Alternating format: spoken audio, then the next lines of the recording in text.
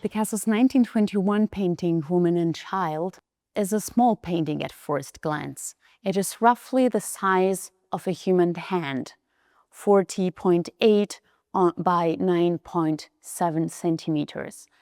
And at the same time, it feels monumental. In the next minutes or so, I would like to walk you through how Picasso constructs some of his most monumental forms on tiny surfaces. We'll speak about intimacy, monumentality, and also wood. We need to distinguish clearly between size and scale. While size is an unchanging category, thus centimeters do not change and objects are either small or large, scale is relational. That means that objects relate to other objects in space in the room. When a small picture is next to a large picture, it feels particularly small. Also, parts of the picture relate to other parts in the image itself. Yet here, Picasso presents us with an absolute paradox. We are confronted with one of his works that is particularly small, as I said, and which does not work, or rather poses us problems when presented as a reproduction in the book. Often this work has been reproduced on a whole page, making the reader think that it is monumental. Well, when we are physically next to the object, we notice that we have to be particularly close to it and really look into the details. So museum's visitor, when we are in space together with this work, should come as close as possible to really look at it. And here we see a woman and a child at the sea. The woman is seated on a cubic furniture. She seems to lift the child, who stretches. I see her because it is apparently a girl. She wears a dress, so the girl stretches her arms to her mother. It is a moment of suspended animation. We have already discussed the woman's red dress and the child's clothes. And I would like you to notice one more tiny detail. Picasso's giantess wears bedroom slippers, which makes again her a modern woman, or a real woman, and not a deity dressed in a attire a la Greek. And this is exciting because we can see that the lesson of classicism in his work is achieved for different means. And here it is through the expansion of forms and how body parts of a body constructed in an image relate to each other. This is called proportions. And just have a look to the breastbone, to the shoulders. They all are immense. And then there are tiny details like her little tiny face and the hair of this woman. What happens here is Picasso actually has a very small, I would even say a tiny 15 centimeter panel to his hand. And he has a mental image which could be produced on a large surface if he had one, but Picasso does not have. He has a small panel. So he inserts the mental image, he fits it in to the surface that is available to him at this present moment. This is exciting and paradoxical because the large image is inserted into a small support. In art theory, this is called formatting. So when mental images take form on the support available, so to say, so pasting images. And here we are, this tiny object, which physically is tiny, but its forms are very large. This head also Picasso, when he made this work, he had to be physically very close to it, holding it in his hand and being very, very close to it with his pencil, like working like kind of devotional painter. So the moment of intimacy is very important. So next to the question of intimacy, there is also the question of spontaneity. How much of spontaneity is on this tiny painting? Spontaneously, we could think that the smaller the work, the more sketchy it is. And here, as you see, it is absolutely not the case. We have to imagine that Picasso holds this tiny panel in his hand or in front of him, and then he proceeded as an old master, very, very precisely. We think, or the recent research show, that he might have even prepared the panel by himself, putting a primer. There are little bubbles on the side of the panel that show that it was prepared in a very amateur manner. And well, we thought up until recently that the work is done in tempera. Now we know that it is in oil, that Picasso precisely made this painting. We see a little pencil drawing on the feet of the little girl, and here you can really see the steps, how he moved forward in this work. And here we come to one of the most exciting questions when discussing this small work. Again, I use the word small so often, but here we have to do with a small panel of wood. This work is executed on wood, and a word has to be said on wood, which is actually one of the oldest materials used by artists since, or mostly in the Middle Ages until a certain moment in the Renaissance. Artists worked on wood. They worked on large wooden panels. Here we think of altarpieces. And then canvas came, and artists were very excited, and they continued working mainly in canvas. And wood disappeared, or literally wood disappeared. Wood comes back in the 18th century. In the 19th century, it is very popular, but in an absolutely different way.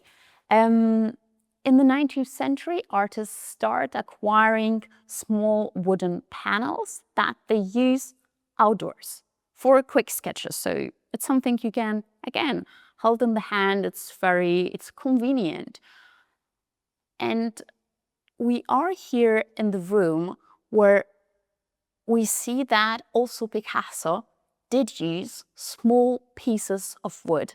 We are in this focus exhibition, which is titled Picasso on Wood. And just only Picasso did something else.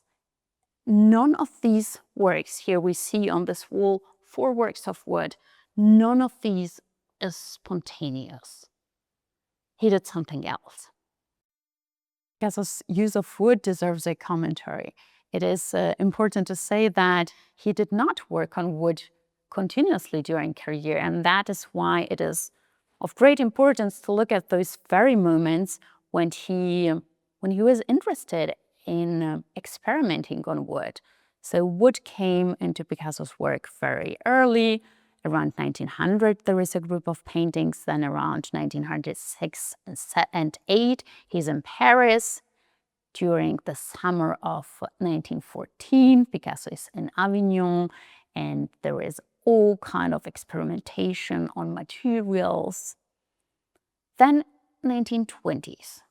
And 1920s is the moment that this focus exhibition mostly deals with Picasso's works on wood. And then there are a couple of moments of Picasso's use on wood later in his career. And there is a difference. Later in his career, he works on wooden panels that are large. He works on plywood. We have one example in the focus exhibition just to show what happens later. Works become larger, and he does other things in comparison to these tiny surfaces like woman and child that we have just discussed. And let me say a couple of words again about this incredible panel. Once again, it is the smallest in the exhibition, and yet there is so much that we can learn about it from the front of the picture, but also from the back of the picture. We were incredibly lucky that while preparing this exhibition, we were able to deframe the work. That means get it out of the frame and look to the back side of the painting. And we found quite a few interesting things. I say we, as I worked along together with conservator Emily Frost. And only thanks to her eye and also her technical qualities, she was able to see with blue light an inscription on the back of this work. We are able to read, so on the panel, we are able to read the address of the place, Rue Bonaparte, Paris, American Art Company. What does this information tell us? And the story goes that Picasso probably bought the panel at the shop named American Art Company, which was in Paris from around 1900 to 1935. So the label of the American Art Company in Paris tells us that probably Picasso acquired this panel at their shop, or he somehow got it. And it is exciting to know that elsewhere we have found there really existed in that time, produced by American Art Company, thumb boxes, so-called valises, pre-prepared sets for artists of just a couple of panels so that they go outside and work in, again, sketchy and spontaneous manner. Picasso gets the little valise and does something else. And here I need to say a word about how indeed Picasso get his materials when it was wood. He sometimes bought already prepared panels. So like in this case, the wooden panel was done as such for the artist's use. The artist had to prepare it with primer before really working, but the wooden part was already done for him or her. In other cases, like a fascinating work we have in this focus exhibition, here Picasso simply used an existing box lid. So an important moment is that Picasso was able to identify objects and materials that he found fascinating, and then he reused them in differently. And just like the box lid that we have here in the focus exhibition, there is one more very fascinating work in the larger exhibition on wood. Picasso painted, or he fitted in the image into a bed frame. So he reused a part of the bed as the support. All this is fascinating, and the question arises, but still, why wood? We might say that the moments when Picasso used wood were the moments of very particular exploration of invention, and wooden supports might have offered him another type of support than canvas or paper. The question is, what can canvas and paper not do that he's in search of wood?